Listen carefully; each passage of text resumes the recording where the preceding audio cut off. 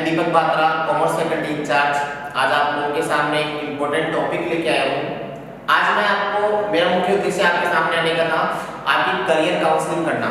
देखिए, आज का जो मेरा वीडियो है ये उन बच्चों के लिए मोस्टली डेडिकेटेड रहेगा जो बच्चे अभी 10th अपीयर हैं, जिन्होंने भी एग्जाम दिया रिसेंटली, और अब उनके सामने एक बड़ा प्रश्न आ चुका है कि वो अपने करियर के लिए कौन सा सब्जेक्ट चूज करें, क्योंकि ये एक मोस्ट इम्पोर्टेंट डिसीजन होगा उनका पूरा भविष्य इसी चीज पे निर्भर रहेगा।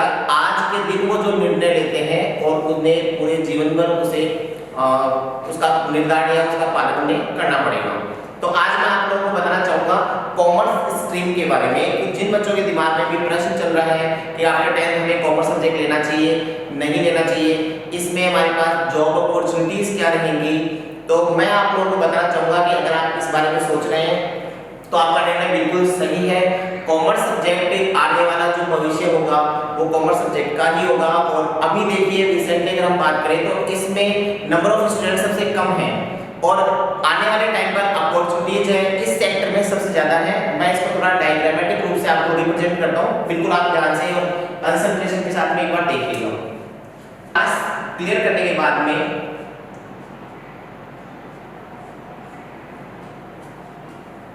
12th क्लास आप करते हैं यदि कॉमर्स स्ट्रीम से, कॉमर्स स्ट्रीम में आपके सामने आगे क्या रास्ते खुलते हैं मैं उसके बारे में बात करूंगा।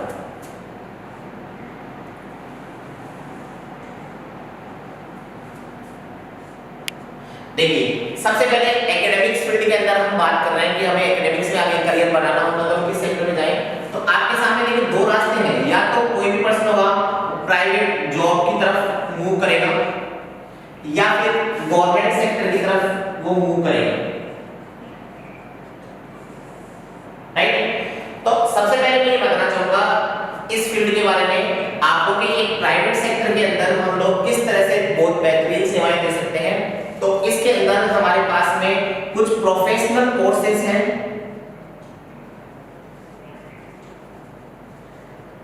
और आज उनकी वर्ल्ड लेवल पे डिमांड है, तो उनके बारे में अपन समझते हैं। सबसे इंपॉर्टेंट चीज आप लोगों ने नाम सुना होगा सीए कोर्स का, चार्टर्ड अकाउंटेंट।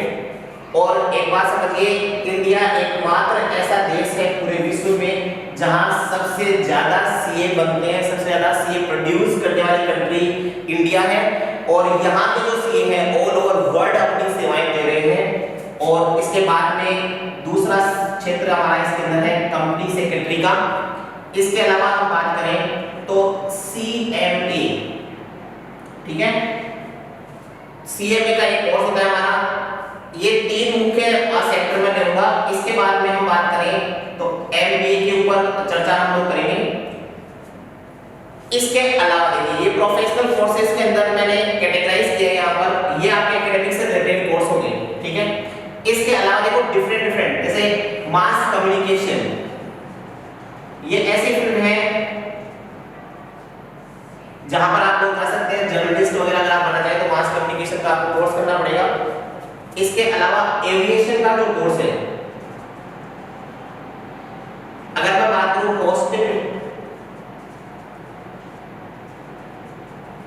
हॉस्पिटैलिटी की, तो यहां पर आप कर सकते हैं। इसमें होटल मैनेजमेंट का जो कोर्स है,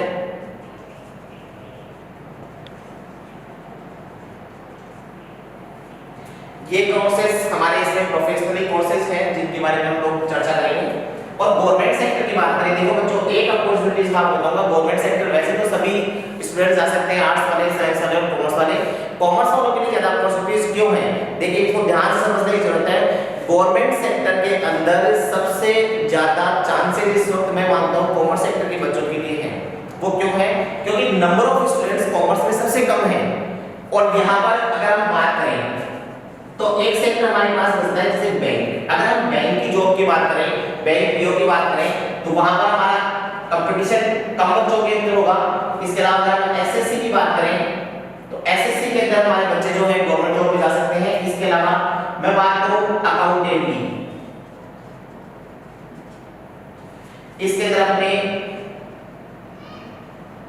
जूनियर और सीनियर, देखो जूनियर अकाउंटेंट या सीनियर अकाउंटेंट की वैकेंसी निकलती है और मैं आप लोगों को बताना चाहूंगा इनमें जाने में तो अपने साइंस आर्ट्स कॉमर्स तीनों के बच्चे पहले जा सकते थे, अब ये जो फील्ड है स्पेशली सिक्योर किया गया है कॉमर्स सेक्टर के लिए। अब इसमें कॉमर्स सेक्टर के बच्चों के लिए ही वैकेंसीज होगी और वो बच्चे ही इस सेक्टर के अंदर जा सकते हैं। इसके अलावा देखो जितने भी तरह के गवर्नमेंट कंपटीशन है जो साइंस या आर्ट्स के बच्चे दे सकते हैं वो सारे के सारे फॉर्म एक कॉमर्स का बच्चा भी भर सकता है या आफ्टर ग्रेजुएशन आप इसके लिए अप्लाई कर सकते हैं। तो यहाँ पर मैं ये कहना चाहूंगा अपने लिए संभावना इसलिए ज्यादा हो गई है यहाँ पर क्योंकि नंबर ऑफ स्टूडेंट्स कॉमर्स में कम है और रिजल्ट्स जो है कैटेगरी वाइज सीटिंग होती है तो उनके अंदर अपन लोग इसमें चांसेस हमारे ज्यादा होंगे इसमें सिलेक्शन लेने की। अब बात करते हैं अपन प्रोफेशनल कोर्सेज की। प्रोफेशनल कोर्सेज है बच्चों, जैसा कि मैंने बताया कि हम लोग चार्टर्ड अकाउंटेंट का कोर्स कर सकते हैं। अब चार्टर्ड अकाउंटेंट के कोर्स की अगर मैं बात करूं तो इस कोर्स को करने के अंदर जो टाइम ड्यूरेशन और अमाउंट जो स्पेंड होता है उसकी बात कर रहे हैं। तो इस कोर्सेज को हम 3 स्टेप्स में करते हैं। जैसे पहला इसमें हो गया स्टेप सीए फाउंडेशन का, उसके बाद सेकंड स्टेप की बात करें तो इंटरमीडिएट का इसमें होगा और थर्ड स्टेप के अंदर इसमें फाइनल। देखिए 3 स्टेप में जाके चाहे वो सीएस के लिए हो चाहे वो सीएमए के लिए हो ये तीनों प्रोफेशनल डिग्रियां हैं वो स्टेप्स के अंदर कंप्लीट होती है। इनमें फर्स्ट स्टेप अपनी फाउंडेशन हो गई, सेकंड इंटरमीडिएट हो गई और ये फाइनल हो गई। जिस तरह से आप फाइनल पूरा कर लेते हैं तो आपको एक सीए की डिग्री इसके अंदर मिल जाती है।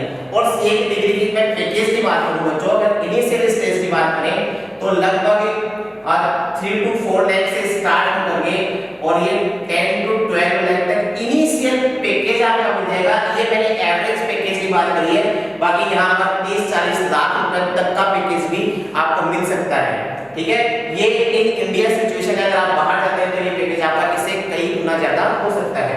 राइट, आफ्टर 12 इस कोर्स को करने के लिए जो टाइम ड्यूरेशन है वो अप्रॉक्स 4 to 5 इयर्स मैक्सिमम आप 4 to 5 इयर्स टाइम ड्यूरेशन के अंदर इस कोर्स को कंप्लीट कर सकते हैं। और इसके अलावा अगर मैं एक्सपेंसेस की बात करूं इस कोर्स के अंदर तो आपका जो एक्सपेंसेस है बच्चों इसमें ध्यान रखना ये 2.5 लाख to 4 लाख आपका जो है वो एक्सपेंसेस आएगा टोटल। इसमें मैंने फूड फैसिलिटीज के जो आप खर्चा करते हैं वो भी इंक्लूड कर लिया और एकेडमिक्स से जो पैसा खर्च होने वाला वो भी इंक्लूड कर लिया। मैक्सिमम एक्सपेंसेस आप लोगों का ये इसमें आएगा। तो एक बहुत ही शानदार कोर्स आपके पास में है, आप चाहे तो ये वाला कोर्स इसमें ज्वाइन कर सकते हैं। इसके अलावा अगर हम बात करें कंपनी सेक्रेटरी की तो कंपनी सेक्रेटरी के लिए देखो प्रोसीजर जो है वो कॉस्ट एंड मैनेजमेंट अकाउंटेंट की बात करें, कंपनी सेक्रेटरी की बात करें या चार्टर्ड अकाउंटेंट की बात करें, उसकी प्रोसीजर है वो यही है। आपको फाउंडेशन इंटरमीडिएट और फाइनल के साथ में गुजरना होता है। यहाँ पर आपका जो कोर्सेज है वो स्टेप की बात करें तो पहले फाउंडेशन का कोर्स हो गया, इसमें एग्जीक्यूटिव सेक्रेटरी जो है और एक प्रोफेशनल। ठीक है, ये 3 स्टेप्स के नाम है। अल्टीमेटली बात को याद है कि 3 स्टेप से होकर निकलना पड़ता है इसके अंदर। और ये एक कंपनी के अंदर एक लीगल एडवाइजर की पोस्ट होती है। ठीक है, जहां पर वो कंपनी के जितने भी लीगल मैटर्स है उनको डील करता है कंपनी सेक्रेटरी। और हर एक कंपनी के लिए कंपल्सरी होता है इनको अपॉइंट करना। और सीएमए की बात करें तो कोई भी ऐसी कंपनी जो प्रोडक्शन बेस्ड कंपनी है, प्रोडक्शन करने का काम करती है, तो उसको एक कॉस्ट मैनेजमेंट अकाउंटेंट की आवश्यकता होती है। बेसिकली देखिए सीए का जो मुख्य कार्य होता है वो फाइनेंस अकाउंटिंग को डील करना होता है। ठीक है, इसके अलावा कॉस्ट मैनेजमेंट अकाउंटेंट की बात करें, इसका जो मुख्य कार्य होता है ये आपके कॉस्ट पर यूनिट, आपका जो प्रोडक्शन हो रहा है वो प्रोडक्शन के अंदर आपके पर यूनिट प्रोडक्ट कॉस्ट क्या है ये सब कैलकुलेट करने का जो उसका मुख्य कार्य होता है। इसके बाद में देखो ये 3 इंपॉर्टेंट जो कोर्सेज है मैंने आप लोगों को एक्सप्लेन कर दिए। अगर कोई बच्चा इसमें एमबीए का कोर्स ज्वाइन करना चाहता है, ठीक है, तो एमबीए के अंदर भी बहुत अच्छा वो करियर बना सकता है। एमबीए के बारे में मैं आप लोगों को थोड़ा सा एक्सप्लेन कर देता हूं, उसको एक बार आप समझिएगा।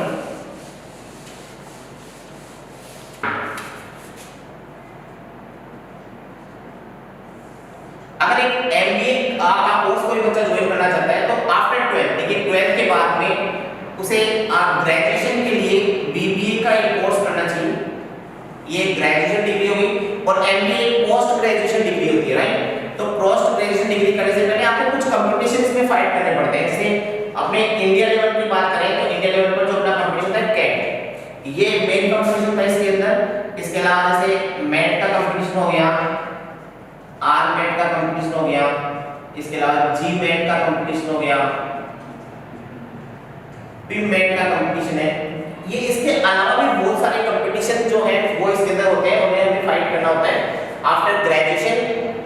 ये कंपटीशन अगर आप फाइट कर लेते हैं तो इसके अकॉर्डिंग आपको इंडिया लेवल पर जो कॉलेजेस हैं जो एमबीए की प्रिपरेशन करवाती हैं उनके अंदर आपका एडमिशन होता है। 2 इयर्स का एक डिग्री कोर्स है।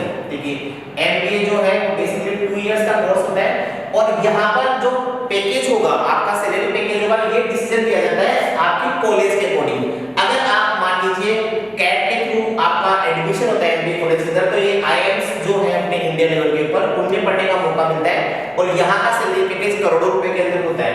इसके बाद में अगर बात करें तो इंडिया लेवल पर मैट के कंपटीशन होते हैं अपने एमबीए के लिए। अगर इनमें करते हैं तो बहुत सारे कॉलेजेस हैं और राजस्थान में भी काफी कॉलेजेस हैं जिनमें मैट के थ्रू एडमिशन होता है। इनके अंदर अगर आप बात करें तो इनका जो सैलरी पैकेज होता है वो लगभग 10-15 लाख रुपए से स्टार्ट होता है।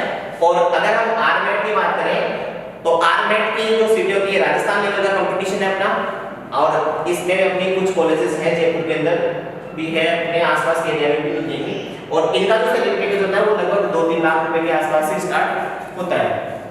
इसके अलावा जीमेट का पीमेट का एक कॉलेज जैसे कोदार इंस्टीट्यूट ऑफ मैनेजमेंट है जयपुर के अंदर तो उसके लिए पीमेट का कंपटीशन का खुद का कंपटीशन होता है वो फाइट करना पड़ता है। तो इनके कैंपस प्लेसमेंट भी खूब अच्छे होते हैं, एमबीए के अंदर भी आप अपना करियर बना सकते हैं।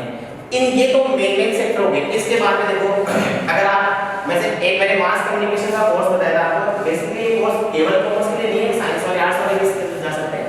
जर्नलिज्म से रिलेटेड ये कोर्स होता है। एविएशन का जो कोर्स होता है मैंने एक बताया था आपको एविएशन के कोर्स के बारे में। तो जैसे एयरपोर्ट अथॉरिटी होती है उनसे रिलेटेड उनके मैनेजमेंट से रिलेटेड एक कोर्स होता है और इसके अलावा हॉस्पिटैलिटी का कोर्स है एक अपना जिसमें से होटल मैनेजमेंट का एक कोर्स होता है अपना, ये भी अपन लोग कर सकते हैं। ये कुछ सेक्टर्स मैंने आप लोगों को बताए जो कॉमर्स के अंदर आपके होते हैं। अब देखिए कॉमर्स की वास्तविकता में नीड क्यों बढ़ने वाली है। देखो प्रेजेंट टाइम में हम लोग जो देख रहे हैं अभी कोरोना का जो चल रहा है पीरियड जो हम लोग देख रहे हैं इसके अंदर इकोनॉमी काफी हद तक अपने डैमेज हुई है और अब इस इकोनॉमी को उठाने के लिए हमें बहुत सारे इकोनॉमिक्स की आवश्यकता होगी, बिजनेस को एक नए सिरे से करने की आवश्यकता होगी। और जैसे कि मोदी जी ने कई सारी योजनाएं लॉन्च करने वाले हैं तो उसके अंदर कॉमर्स सेक्टर में जो होंगे उनको बहुत अच्छे रोजगार की संभावनाएं यहाँ पर होंगी। इसके अलावा मैं आपको बताना चाहूंगा अभी कुछ दिनों पहले हम लोग बात कर रहे थे जीएसटी की। तो प्रत्येक बिजनेस के अंदर हम देखें प्रत्येक सर्विसेज बेस्ड जो भी बिजनेस है प्रोडक्ट बेस्ड जो बिजनेस है उनके जीएसटी एप्लीकेबल कर दिया गया और इसके बाद में जो सीए फील्ड है उसके अंदर एक आमूल परिवर्तन आया है। ठीक है, अब एक इनकम टैक्स रिटर्न फाइल होती थी साल में एक नहीं होती थी, अब बिजनेसमैन को एक साल के अंदर 4 रिटर्न फाइल करनी होती है तो उनके अकॉर्डिंग उनका रेमुनरेशन भी इंक्रीज हो गया।